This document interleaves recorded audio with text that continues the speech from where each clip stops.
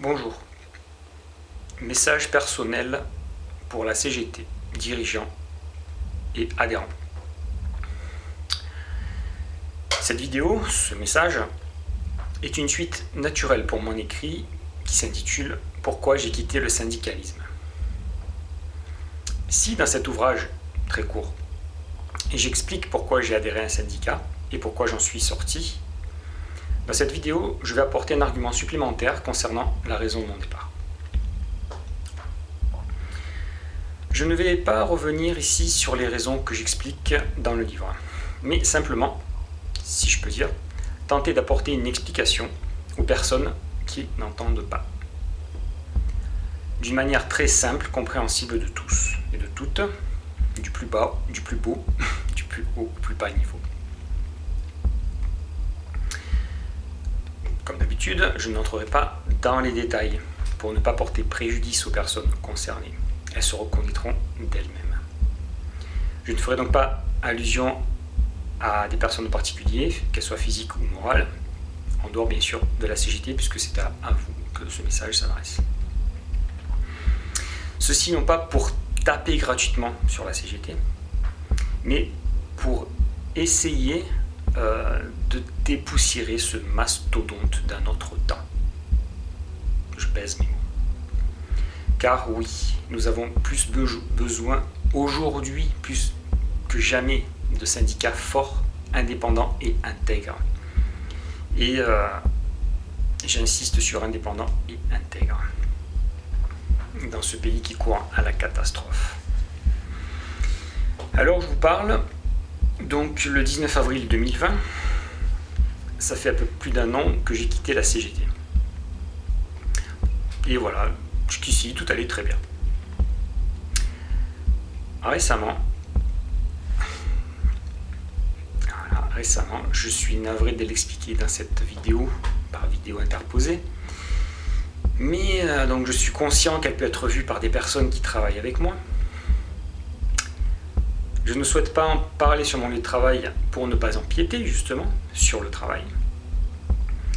Par contre, je suis disponible pour en parler en dehors de mon temps de travail. Vous avez la possibilité de me contacter en cliquant sur le lien que je mets dans la description de la vidéo. Pour cette vidéo, je désactive les commentaires. C'est un message qui est adressé à la CGT, à ses adhérents locaux ou nationaux, et s'ils veulent me contacter, si vous voulez me contacter, vous en avez la possibilité. Vous pourrez aussi faire une vidéo réponse si vous le jugez nécessaire. Je comprendrai, étant donné la violence de mes propos à votre égard. Cependant, sachez que je répondrai point par point à ce qui sera éventuellement dit. Si vous me connaissez, vous savez que d'une part, je n'ai peur de personne. D'autre part, j'ai appris avec toutes ces années d'expérience à apporter des argumentations pertinentes. J'en viens donc à ce qui s'est passé récemment et qui me conforte dans l'idée d'avoir quitté ce syndicat. J'en viens juste au fait, très succinctement, pour que tout le monde comprenne bien. Les faits, j'ai été victime d'une agression dans le cadre de mon travail. L'agresseur a été licencié. Précision, il ne travaille pas dans la même structure que moi et du syndicat qui la défend. La CGT de l'entreprise où je travaille prend activement la défense de l'agresseur. À aucun moment, la CGT n'est venue me voir, que ce soit pour me demander ma version des faits ou simplement prendre de mes nouvelles. Je trouve ce comportement odieux de la part d'anciens camarades. La raison invoquée par la CGT pour défendre l'agresseur, on peut la comprendre. Il a des enfants et il se retrouve sans emploi. Maintenant, mes amis de la CGT, ouvrez bien grand vos oreilles. Imaginez, si vous avez le pouvoir d'imaginer, imaginez un instant,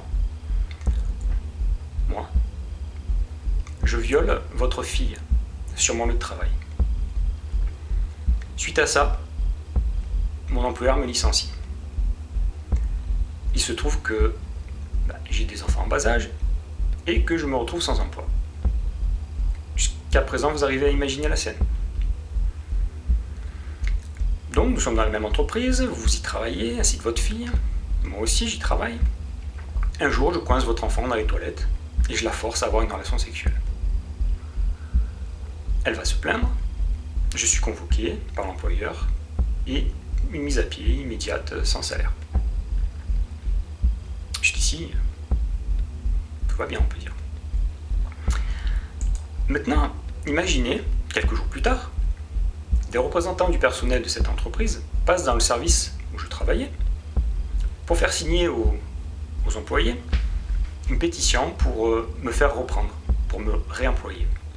Faire compléter des attestations où chacun devra mettre que j'étais quelqu'un de très gentil, toujours serviable, jamais mot de travers, toujours prêt à aider.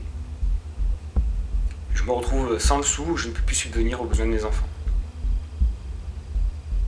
Quelle serait votre réaction? Un autre exemple. Imaginez la femme de Bertrand Cantat, qui a été battue à mort par ce dernier. Imaginez quand les membres de cette famille entendent des témoignages de personnalités décrivant Bertrand Cantat comme quelqu'un de gentil, quelqu'un de talentueux, qui fait de très belles chansons. Imaginez ce qu'ils peuvent ressentir. Je ne parlerai pas ici de certains réalisateurs qui font de très bons films. Bien sûr, vous m'aurez torturé que les exemples sont forts et ne sont pas comparables. Mais qui êtes-vous pour dire que ce n'est pas comparable? Qui êtes-vous pour dire ce que je puis ressentir, ce que je peux ressentir maintenant?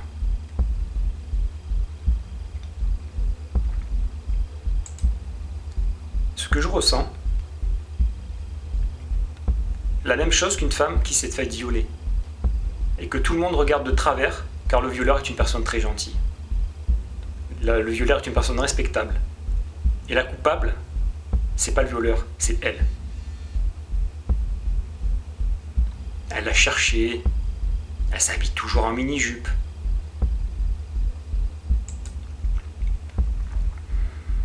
En conclusion, le message que j'ai à faire passer, que ce soit à la CGT ou à toute autre personne qui, hélas, pourrait se retrouver dans cette situation, c'est à chaque fois écouter les deux parties en cause. C'est quelque chose de simple et naturel, écouter les deux parties. Les prendre tous les deux au sérieux, que ce soit l'agresseur ou l'agressé. Oui, l'agresseur a le droit à une défense, oui, je ne conteste pas ça.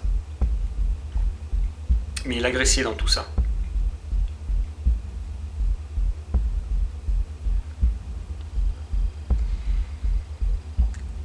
La CGT, ne faites pas la même erreur que les employeurs qui vont défendre un cadre.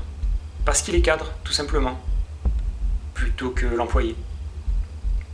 Ne faites pas la même erreur que l'Église qui va défendre le prêtre, tout simplement parce qu'il est prêtre, au lieu de défendre l'enfant qui s'est fait violer.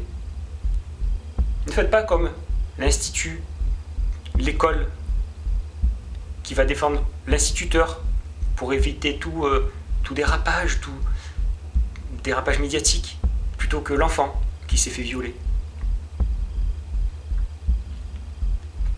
Ne faites pas la même erreur que la télévision, qui défendra l'homme politique, plutôt que l'enfant qui s'est fait violer.